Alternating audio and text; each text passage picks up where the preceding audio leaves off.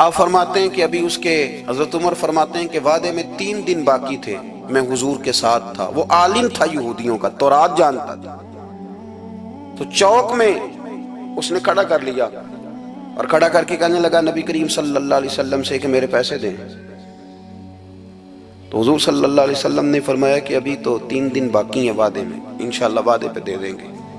میں نے جو مضمون چھیڑا ہے وہ میں نے مکمل کرنا ہے، آپ میری بات پہ توجہ کرنا۔ میں کہہ چکا ہوں کہ حضور کو دادا سے بڑا ہی پیار ہے۔ اب وہ یہودیوں کا عالم کیا کہتا ہے نبی پاک کو، تانا کس طرح دیتا ہے، معاذ اللہ ثم معاذ اللہ، نقل کفر کفر نہ باشد۔ جب حضور نے کہا نا ابھی 3 دن باقی ہیں تو کہنے لگا جی معاذ اللہ ثم معاذ اللہ، پھر معاذ اللہ، کروڑ دفعہ معاذ اللہ۔ کہنے لگا جی عبد المطلب کی اولاد کا طریقہ یہ ہے، پیسے لے لیتے ہیں پھر واپس نہیں کرتے، ہے نا اشتعال والی بات۔ یعنی ویسے ہی آپ کسی کو کہیں کہ تیرے دادے کی اولاد شاری کا طریقہ ہی وہ گرم ہو جائے گا، اور اگر یہ کہہ دیا جائے اس ذات کے بارے میں جس سے آپ پیار بھی عشق کی حد تک کرتے ہوں، تو اب تھپڑ تو بنتے ہیں نا 4، اب ڈنڈا تو بنتا ہے نا۔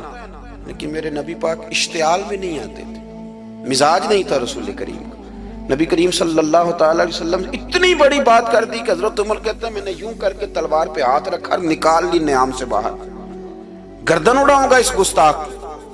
رسول کریم نے فرمایا عمر یہ تو کیا کر رہا ہے، تیرے تو ذمہ یہ تھا کہ تو اسے نرمی کا کہتا اور مجھے پیسے دینے کا کہتا۔ اب اس طرح کر، اسے فلاں جگہ لے جا، وہاں کھجوریں پڑی ہیں تول کے دے دے، چل 2 کلو زیادہ بھی دے دینا۔ حضرت عمر فاروق رضی اللہ تعالیٰ عنہ کہتے ہیں میں نے کہا حضور زیادہ کس بات کی، میں تو پوری بھی ذرا ناپ تول کے دوں گا، اور احتیاط سے کس بات کی زیادہ، اس نالائق کو زیادہ دوں؟ حضور فرمانے لگے زیادہ اس لیے دینی ہے کہ تو نے اسے ڈانٹا ہے، تو نے تلوار دکھائی ہے، اب 2-3 کلو زیادہ دینی۔ حضرت عمر کہتے ہیں میں لے گیا اور میں نے 2-3 کلو کھجوریں زیادہ دی، پر وہ میرے اندر جو اس کے بارے میں کوفت تھی وہ جاتی نہیں تھی، میرا دل کرتا تھا کاٹ ڈالوں اسے۔ اور جب میں نے دے لی نا تو میرے قریب آیا، میرے گھٹنے پہ ہاتھ رکھا۔ آنسو بڑے قیمتی ہوتے ہیں، ایک کبھی نکلتے ہیں۔ کہتے ہیں جب میرے گھٹنے پہ اس نے ہاتھ رکھا تو وہ یہودیوں کا عالم رو پڑا، کہنے لگا عمر تیرا کیا خیال ہے کہ میں بلا وجہ یہ میں نے بات کر دی؟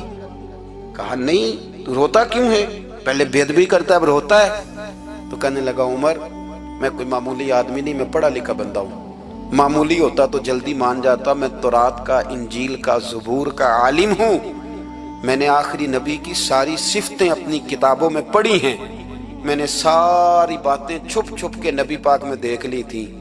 ایک بات میں نے حضور کی آزمانی تھی ابھی، وہ یہ تھا کہ نبی پاک کے سامنے جتنی بھی جہالت کرو گے نا، اللہ کے رسول کا حلم اس پر غالب آ جائے گا، حضور کا صبر اس پر غالب آئے گا۔ میں نے نا آج وہ آزمانا تھا، اور میں نے نا سازش کر کے بلال کو پیسے دیے تھے، اور میں نے سازش کر کے 3 دن پہلے مانگے تھے، پر عمر تجھے مبارک ہو، میں نے تو آزما کے مانا ہے، تو بغیر آزمائے محمد عربی کا غلام بن گیا ہے۔ اب لے جا، مجھے معافی بھی دلا، اور نبی پاک صلی اللہ علیہ وسلم کی غلامی بھی میرے لیے اس سند پہ بھی تو میرے ساتھ شامل ہو۔ زندگی میں اشتعال نہ اپنے آپ کو آنے دے۔ لوگ دنیا میں باتیں کرنے آئے ہیں، اور باتیں کرنے والے رہ جایا کرتے ہیں، باتیں کرنے والے، میری بات کی سمجھ آ رہی ہے، اور کام کرنے والے وہ کر جاتے ہیں۔ اگر آپ باتوں پہ آپ وقت گزاریں گے تو رہ گئے۔ اشتعال، وکیلوں کو بھی یہاں اشتعال آتا ہے، یہاں ڈاکٹروں کو بھی اشتعال آتا ہے، یہاں فلانے کو بھی اشتعال آتا ہے، یہاں بھئی آپ کس چکر میں پڑ گئے؟ اگر آپ کو اشتعال ہی آنا ہے، آپ دیکھیں نا